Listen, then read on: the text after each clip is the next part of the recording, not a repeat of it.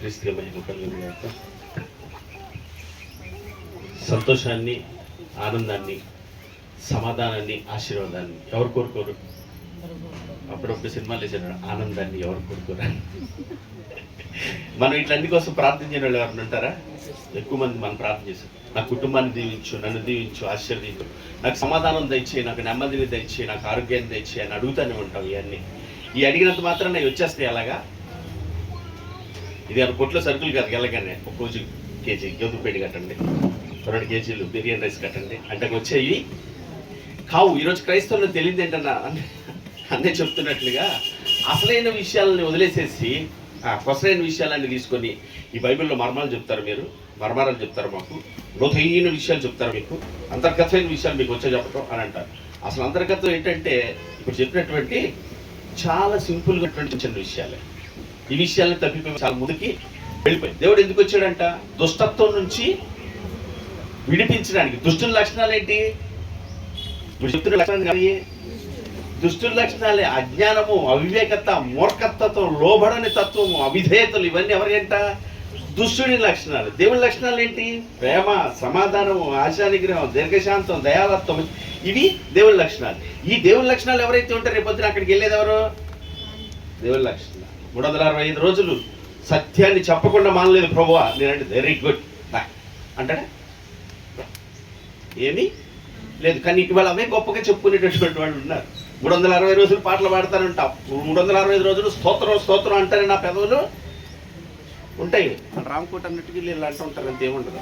ఏమంటుందో ఉపయోగం ఏముండదు. అందుకే అంటాను ఎప్పుడు చెప్పే మాట, అన్నయ్య మోసపోకుడి మోసపోతానే ఉన్నాం, దైవజన్మ మోసపోతానే ఉన్నాం. అందుకని అట్లాగే ఉండిపోతున్నాం. ఎక్కడున్నామంటే ఆత్మీయతలో అక్కడే ఉండిపోయాం. ఆ ప్రేమ లేదు, ఆ దయ లేదు, ఆ కనికరం లేదు.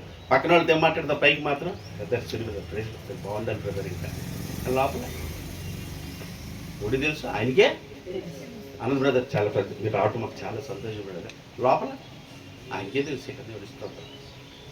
ఎట్లా ఉన్నావు? ఆనంద్ బ్రదర్ సూర్య బ్రదర్ వదిలేస్తారు, ఆయన వదులుతాడు నన్ను. దుర్మార్గుడు ఎందుకు రా నీళ్ళు అంటాడు. ఇక్కడ నిలబడతాం కూడా అసలు నేను ఎవడు పట్టుకోమన్నాడు రా మైక, ఎవడు రమ్మన్నాడు నేను లోపలికి? నువ్వు కాబట్టి ఇంకోటి ఎవరితో చేయించుకున్నావు, చిన్నపిల్లలతో చేయించుకుని సమర్థులే. దేవుడి స్తోత్రం, హల్లెలూయా. కానీ ఈ విడిచిపెట్టేసాం మనం, వాటిని మనం మర్చిపోయామండి, మర్చిపోయాం. సమాధానము దయచేయబ్రేవా, ఆశీర్వదించేదేమో అంటే వచ్చేవి కావు. ఆ సమాధానకర్త అయిన దేవుడు ఎలాగ ఉండమంటున్నాడో అలాగ నీవు ఉంటే కనుక ఆ సమాధానం నీకు, ఆశీర్వాదం నీకు వస్తుంది. దానికి నువ్వు నేను ఏం చేయాల్సిన అవసరం ఏమి? ఎంత గొప్ప కృప తెలుసా, ఎంత గొప్ప కృప తెలుసా నీకు నాకు? నన్ను అడిగితే నాకు అనిపించింది ఒక్కొక్కసారి దేవుడి సన్నిధికి వచ్చి దేవుని మాటలు వింటున్నప్పుడు గతించిపోయిన కాలం కన్నా గతించవలసిన కాలమే సరే అయిపోయింది, ఏదో అయిపోయింది. ఈరోజైనా ఆ మాటిని, ఆ మాటకి లోబడతావా అని హృదయం దేవుడే తిరుగుతూ ఉంటే ఎంత సంతోషం అనిపించిందో. కానీ కొంతమంది ఏం చేస్తారు తెలుసా, ఇప్పటికీ చాలా దూరం వెళ్ళిపోయాలి, కానీ ఇవన్నీ మన వాళ్ళు ఎక్కడ కుదురుతాయి, ఎట్ట కుదిరి భూమిలో దిగిపోయాం మనం, కుదరదులే అనుకొని మోసపోయి ఏం చేస్తారు తెలుసా, వాళ్ళ సొమ్ముదిని ఆధారం చేసుకుని తప్పిపోయేవాళ్ళు చాలా మంది ఉన్నారు దైవజన్మ. కానీ దేవుని ప్రేమ ప్రశ్న లోబడిన బిడ్డల కొరకు అంటే దినవేళ చేతులు చాపి పిలుస్తున్నట్టుగా ఆయన మాట ఏమంటే తెలుసా, సరే అయిపోయింది, ఏదో పని అయిపోయింది వదిలేసి ఇప్పుడు నేను మాట్లాడతాను కదా, నా మాట వింటున్నావు కదా, నాకు అప్పగించుకో చాలంటుంది ఆ మాట. దేవుడి స్తోత్రం. అది ఎప్పుడైతే నువ్వు చక్కగా సంతోషంగా అప్పగించుకుంటావు దేవుడి కృపను బట్టి అయినా, నేను దగ్గర తీసుకుని అయినా హత్తుకుని ఎంత ఘోరపాపినైనా ఏమించి కృప చూపించే దేవుడు అండి. మనల్ని విడిచిపెడతాడా?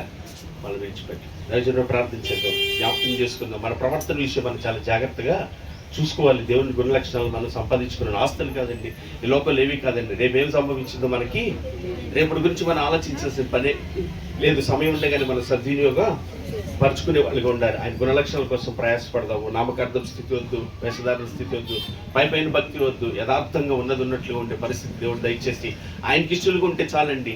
ఆయన నామాన్ని మహిమకరంగా ఉంటే చాలండి. ఆయన సంతోష పెట్టగలిగితే చాలండి. ఆయన నమ్మితే చాలు, ఇంకేం అవసరం లేదు. దేవుడికి స్తోత్రం కలిగింది కాక. ప్రార్థన చేద్దాం. చెప్పబడిన మాటలు మీతో ప్రార్థన, ప్రతి ఒక్కరు ఏకీవించి ప్రార్థన చేయండి. ప్రార్థన చేసినప్పుడు దయచేసి అక్కడ తిరగటం కానీ మాట్లాడుకుని కానీ చేయకోకుండా ఏకీవిద్దాం. చెల్లి ప్రార్థన చేస్తుంది, ఇందమ్మ ప్రార్థన చేస్తుంది, ఏకీవిద్దాం. అమ్మాయి మైక్ ఏకీవిద్దాం.